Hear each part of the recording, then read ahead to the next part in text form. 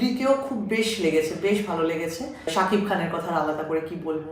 Recently আমার ফারিনের কাজ খুব ভালো লাগে, তিশা, নুসরাত ইমরোজ তিশা, যে এখন ফারুকির অর্ধাঙ্গিনী, তিনি মানে ওনার কাছে আমার খুবই ভালো লাগে। এছাড়া মেহজাবিন আর নিশোর দুজনের যে এটা আর কি ডুয়োটা, সেটা আমার অপূর্ব লাগে ওদের দুজনকে। নিশোর কাজ তো খুবই ভালো লাগে।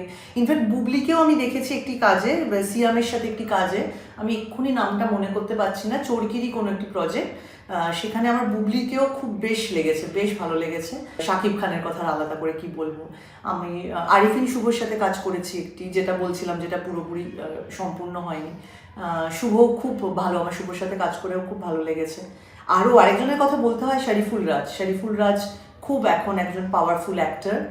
আর পরিমণির যে প্রথম দিকের একটি কাজ, আমার পরিমণির কাজ দেখেছিলাম, এত অনেস্ট, এত মিষ্টি, মানে একটা হয় না পরীর মতো লেগেছিল। সত্যি মনে হয়েছিল যে এত সুন্দর একটি মেয়ে, কি সুন্দর একটা নিষ্পাপ চরিত্রটা লেগেছিল।